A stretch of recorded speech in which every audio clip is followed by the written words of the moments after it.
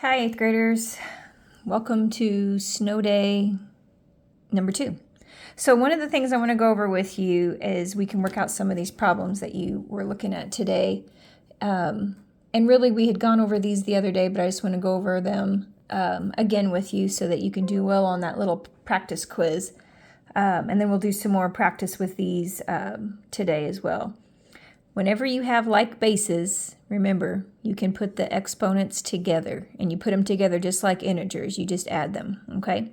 So if the bases are the same, the base stays 5, but now I have a 4 that's positive and a 2 that's negative. So I have a positive 2, and then in the end, you could make that 25.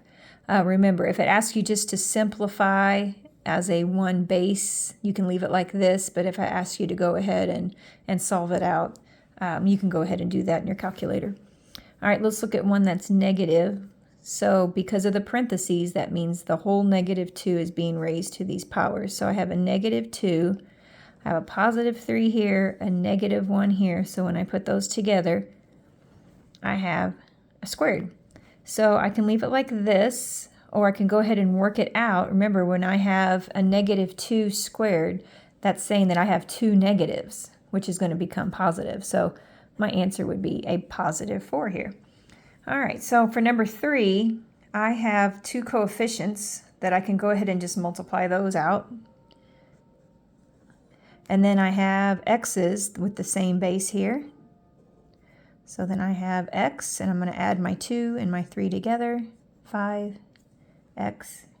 Very good. And then in this case, this is as simplified as you can get. Because I don't know what this x is, I can't go ahead and solve that in my calculator. All right, number 4, let's look at this. So I have all of these coefficients, 2, 2, 2. This one's negative, so I know my answer is going to be negative. 3 2's would give me an 8. Now let's look at my bases. I have an x here, an x here. This r is kind of all on its own, but we can put the x's together. So I would end up with 1x. I have a negative 3 and a positive 4, so I have just 1x. And then this r squared, there's nothing that I can put with that. So I want to go ahead and make sure I get this in alphabetical order. So negative 8, r squared, x. Now, we did scientific notation a few weeks ago. Before Christmas break, we worked on some scientific notation, didn't we? So let's go through and look at this again, just in case you forgot the rules of this. So we want to go ahead and put the 3 and the 12 together. So that would give me a 36. And because the bases are alike, they're both 10s, I can put them together as well by adding their exponents. So I'd end up with x squared. Now remember, I can't leave it this way. I have to have one whole number here. So I can have one number in front of the decimal to represent my scientific notation. Now we have to think about how are we going to alter the exponent if I just moved this smaller. So if I just moved this from 36 to 3.6, I just went from a big number to a small number. So I want to do the opposite with my exponent. So instead of making this smaller, I'm going to make this bigger.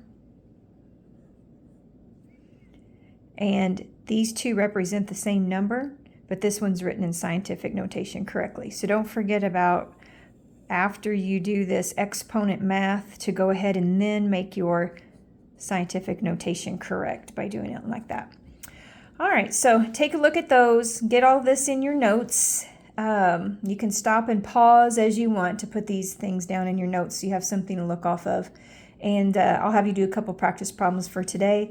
And then I will see you hopefully on Thursday if all this ice melts. All right, see you guys. Have a good day. Bye.